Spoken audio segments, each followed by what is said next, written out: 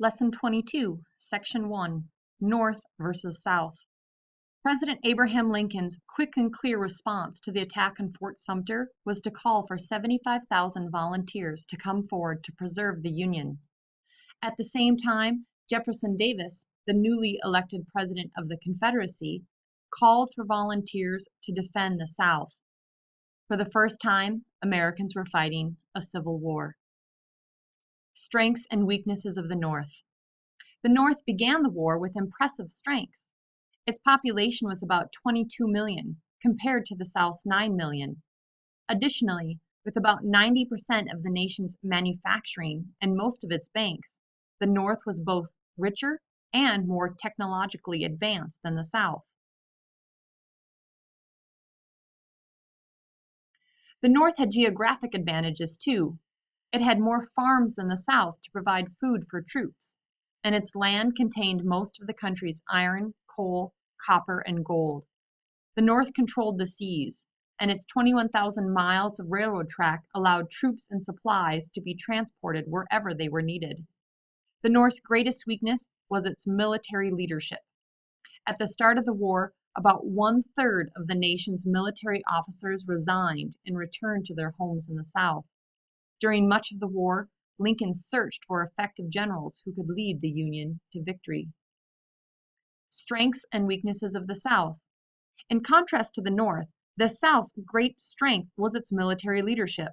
Most of America's best military officers were Southerners who chose to fight for the Confederacy, which was not an easy decision for many of them.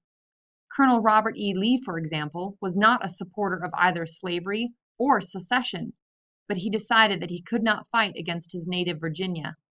Lee resigned from the U.S. Army to become Commander-in-Chief of the Confederate forces. The South had geographic advantages as well.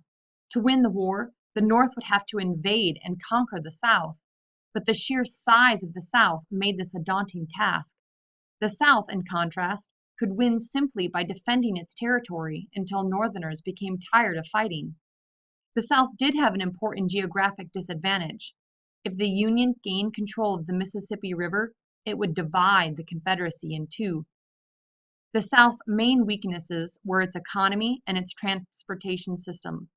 The region's agriculturally based economy could not support a long war, and the South had few factories to produce guns and other military supplies. The Confederacy also faced serious transportation problems because the South lacked the railroads needed to haul troops and supplies over long distances. Abraham Lincoln versus Jefferson Davis. The North's greatest advantage was its newly elected president, Abraham Lincoln.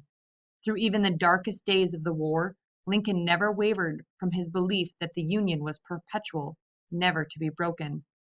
Throughout his presidency, Lincoln related the preservation of the Union to the ideals of the American Revolution. In his first inaugural address, he said the Union was begun by the American Revolution, matured and continued by the Declaration of Independence, and affirmed by the Constitution. At the time of the secession crisis, Jefferson Davis was a U.S. Senator from Mississippi. A firm believer in states' rights, he resigned his seat in the Senate when Mississippi left the Union.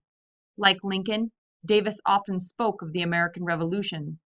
When Southerners formed their own government, Davis said in his inaugural address, they merely asserted a right in which the Declaration of Independence of 1776 had defined to be inalienable.